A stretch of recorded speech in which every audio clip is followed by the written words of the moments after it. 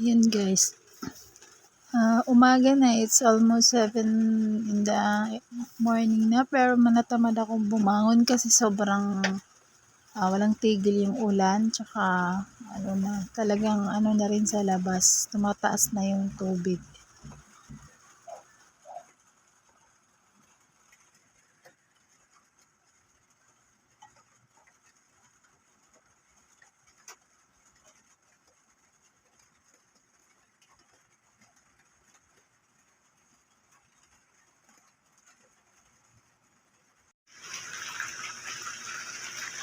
Yun guys, pag sinilip natin sa labas, ganito yung sistema ng daanan. Halos yung tubig ay medyo nataas na din. Kagabi talaga sobrang hindi lang ganito, talagang mas mataas pa dito. Ngayon medyo humupa na nga guys, pero kagabi mas mataas ang tubig dito sa daanan. Halos daanan kasi hindi mo makita yung daan.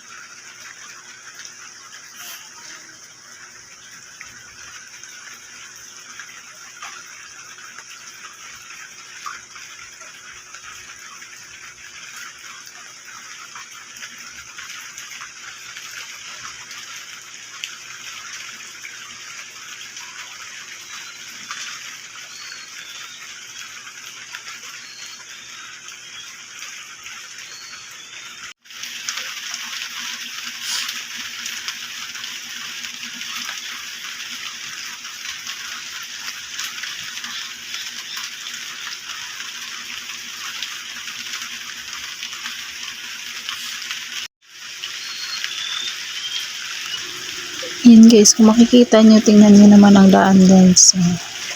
Tim na ng banlik. Yan, kasi naghalo-halo na yung mga putik tsaka yung mga banlik na sa daan.